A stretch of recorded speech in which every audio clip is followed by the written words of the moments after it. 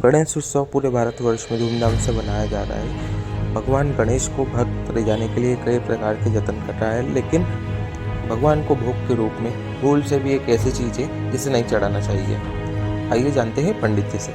अभी सभी जगह देखने जा रहा है, पूरे भारतवर्ष में भगवान गणेश जी महाराज का उत्सव चल रहा है और गणेश जी महाराज को रिझाने के लिए व्यक्ति नाना प्रकार के कृत्य कर रहे हैं, नाना प्रकार का उनको भोग लगा रहे हैं। कहीं मिष्ठान लगाया जा रहा है, कहीं मोदक लगा रहे हैं, कहीं मावा लगाया जा रहा है। तो उसी प्रकार भगवान के पूजन में कुछ विशेष वस्तु होती है और कुछ वस्तु होती है जो भगवान को भूल करके भी गणेश जी महाराज को न चढ़ाना चाहिए। ऐसा ही एक तुलसी कहा गया है जिसे भगवान गणेश जी महाराज के पूजन में प्रयोग नहीं किया जाता है। इसमें हमारे भारत में पौराणिक कथा चलती है। एक समय की बात है, भगवान गणेश जी महाराज अपने तप में लीन थे, ध्यान में लीन थे। उसी समय वहीं से तुलसी देवी का जिसे वृंदा भी कहा जाता है, वहाँ से उनका जाना हुआ और भगवान गणेश जी महाराज को जिस प्रकार अपन देखते आनंद मुद्रा में, प्रसन्न मुद्रा में दिखाई देते, बड़े सुंदर दिखाई देते, उसी प्रकार वो बड़े अच्छे से वहाँ पर तप में लीन होकर के बड़े सुंदर दिखाई दे रहे थे।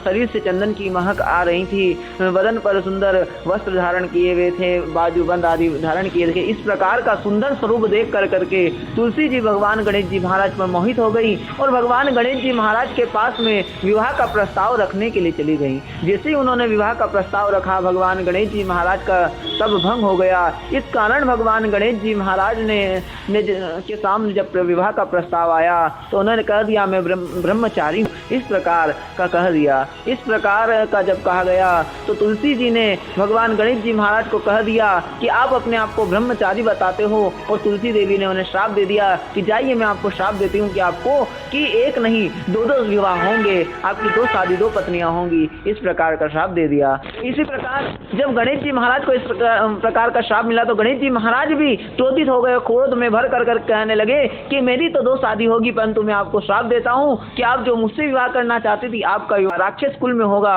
इस प्रकार कह दिया। इसी प्रकार जब श्राप दिया गया, कुछ समय पश्चात जब तुलसी जी ने भगवान गणेश जी महाराज से समायाचना करी तो भगवान गणेश जी महाराज उन पर प्रसन्न हुए और कहने लगे कि श्राप तो वापिस नहीं लिया जा सकता, परंतु इसमें यह कहा कि भगवान हरि विष्णु भगवान के पूजन में आपका उपयोग होता, आप सबके लिए मोक्षदायिनी रहोगी, परंतु हमारे पूजन में आपका उपयोग नहीं होगा।